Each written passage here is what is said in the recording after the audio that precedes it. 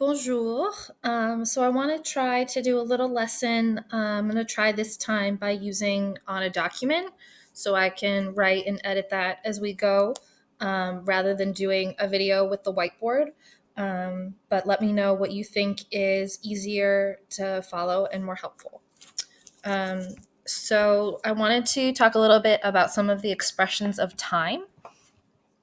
So we're going to start by looking at avant.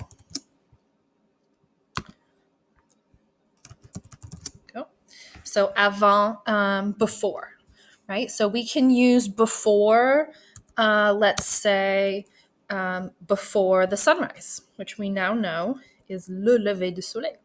So this would be a noun. So we would say avant le lever du soleil. We could say before school, avant l'école. We could say before the party, avant la fête. Okay, all of these things are nouns. So it's pretty straightforward, just avant and the noun. We've used this before. So when it gets complicated is when we start following it by verbs, because verbs have some different forms. So for example, in English, when we follow it directly by a verb, we use the ing. So we say before going to school, before waking up, before going to the party. And in French, you just want to know that we use avant.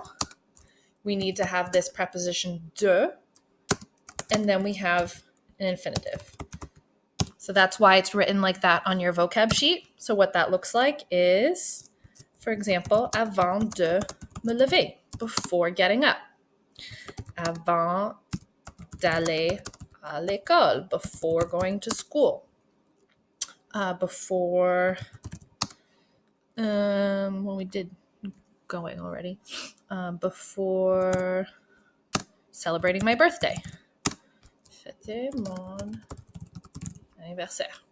Okay, so we're always using avant plus de and then the infinitive of whatever verb we want to use.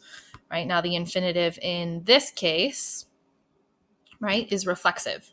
So we have the me. Now, this is not a complete sentence, right? So for example, with avant de me lever, we know that the subject is je, but we haven't mentioned that yet.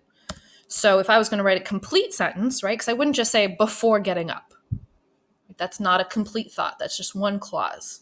So I could say before getting up. Now we know that we want I stay in bed a little bit. Okay. So we know that we're still matching my reflexive verb me lever with je. Okay. So let's say you eat breakfast avant d'aller à l'école. You eat breakfast before going to school, right? So notice in this sentence, the clause with before going is the second clause, right? Either way it works, just like in English. Before getting up, I stay in bed a little. Or I could say, I stay in bed a little before getting up. Je reste au lit un peu avant de me lever. Right? And let's look at this example too again, if there was a different subject. If it was avant de se lever, ma sœur reste au lit un peu. Because we know that with ma sœur, we would use the pronoun se. Okay. So now, if I don't want to say before getting up, I might want to say before I get up. So we have a subject, the I, and my verb is now conjugated. I get up. So before I get up. Okay. Maybe it might be helpful too. Right? Before getting up, going to school, celebrating, those ing. Okay, before I get up. So now we have avant. And now you might have noticed, and we talked a little bit briefly, that we need this que anytime that we're going to introduce a new subject in a sentence. So we wouldn't just have avant by itself. We have to have the que je me lève. Okay. And again, this is not a complete thought. I have to finish my sentence with another clause. So before I get up, I stay in bed a little. Or before I get up, my mother makes breakfast. Now notice that here I have the same. I have a je and a je, right? So both clauses are I, and here I have I and my mother. So both clauses have different subjects. So that's why this first one, before I get up, I stay in bed a little. You could say that, but I could also say, before getting up, I stay in bed a little, right? These two sentences are the same. But we've used this before getting up to simplify it a little bit. Just like works the same way in English, because they are the same subjects. Now, if you have two different subjects, then you have to have the two different clauses. You have to have the avant que. All right, so I feel like this might be getting a little confusing, so I just want to give some more examples. So we're looking at before plus a noun, okay? Before school, before the party, before my appointment. Nice and easy. When it gets complicated is when they're verbs. So either it's followed directly via verb, so before eating breakfast, before going to bed, before doing my homework, before listening to music, before watching TV. All of those have that ing. And also we know that it's because the two clauses are done by the same person. I'm getting up, I'm staying in bed. My sister's getting up, my sister's staying in bed. You're eating breakfast and you're going to school.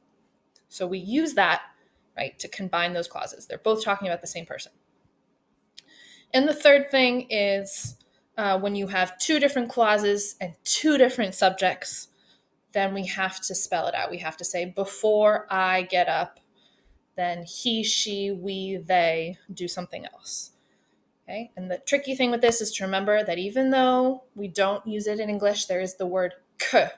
So we don't say before that I get up, but you do in French. Right? So just a couple more examples. Let's do before watching TV. Mon père, my father, does the dishes. Now I could also, avant que mon père regarde la télé, il fait la vaisselle. Right? Two ways to say it. Before watching TV, my father does the dishes. Before my father watches TV, he does the dishes. Okay? Now, avant que mon père regarde la télé, ma mère, well, I guess fait la vaisselle. They're not really related activities, but that's okay. Right? So before my father watches TV, my mother does the dishes. Two clauses, two different people. Right? So I hope those examples help a little bit. So again, if you're thinking to yourself, before plus ing, oops, okay, then in French, you're going to want to use avant plus de plus the infinitive form of the verb. And if in English you are thinking to yourself before some sort of subject he, she, we, they, my friend, my father, etc., plus a conjugated verb, then it's the same thing in French, but with a que. So avant plus que plus the subject plus the conjugated verb. Okay, so please, as you're going through this, think about any questions. We've already been practicing it a little bit, and we will continue to use it. Just before finishing, I also want to look at some of the other examples because it doesn't just apply to avant. It would apply to any preposition. Thinking about that que part. So you have a couple different expressions on our list to explain routine, right? We want to be able to describe how events are related to each other in time. So we have dès que, which is as soon as, is on our sheet. Okay, pendant que, while, au même temps que, pretty much means the same thing, at the same time as. Après que, after. Okay, so notice that they all have que because we would follow them by a subject and a conjugated verb. Right? So, for example, as soon as I wake up, I get up. Right? Because again, notice that these are all going to be sentences with two clauses. As soon as I wake up, that is not a complete sentence. Okay. Good. And again, it doesn't have to be the same subject. So as soon as I wake up,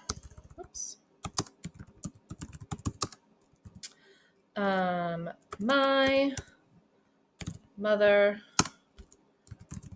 starts breakfast. Okay.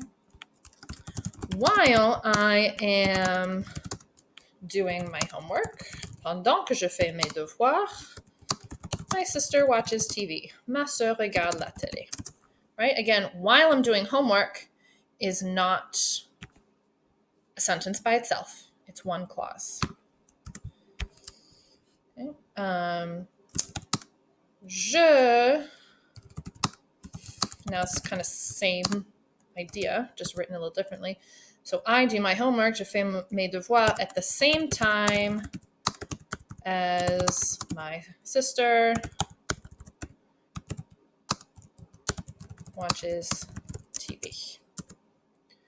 Okay. After I take a shower, prends une douche, mon frère se brosse les dents. My brother brushes his teeth. And just a little reminder that with brushes his teeth, it's reflexive, so it's se brosse les dents. Okay. And I just want to add for a little bit, this is kind of an extended example, so don't worry about it if you're already feeling a little bit confused. You want to focus on what I just talked about, that's fine. But I did use a little bit in class, and we saw some examples of this. So I know some of you have been using it, and that's great. So I just want to show you again that when we have after, so we looked at before going, the avant de plus infinitive.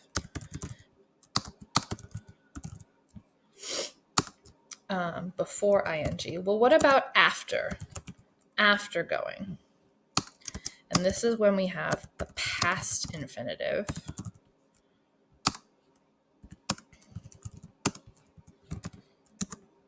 Okay, so basically this looks, we have the infinitive, but we call it the past because it kind of looks like the passé composé, right? So this is where we have your auxiliary and a past participle.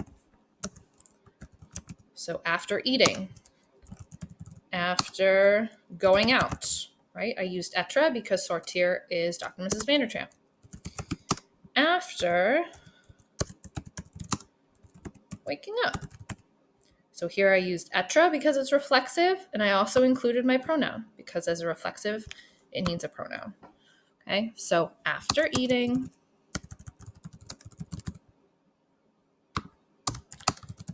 after going out, after waking up. Okay, and again, none of those are a complete sentence. It's just one clause. So I hope this is helpful. Again, let me know if you would prefer a different, way to kind of give a little lesson. I figure that at least talking through it is better than just reading a sheet, and being able to use a doc is better than writing and erasing on a whiteboard. But with anything, it's just about practicing, and you practice this, for years to come. So you don't need to perfect it right now. We're just starting to practice, and we're using these because we're talking about routine. So all of these expressions explain when people are doing things and how they're doing them in comparison to other people and other things. So in what order do you do your routines in the morning, etc. Okay, so I'll ask you to give some feedback with questions, and then after a couple practice assignments, you'll want to look at any feedback I give you on that. Ok, alors merci et à la prochaine.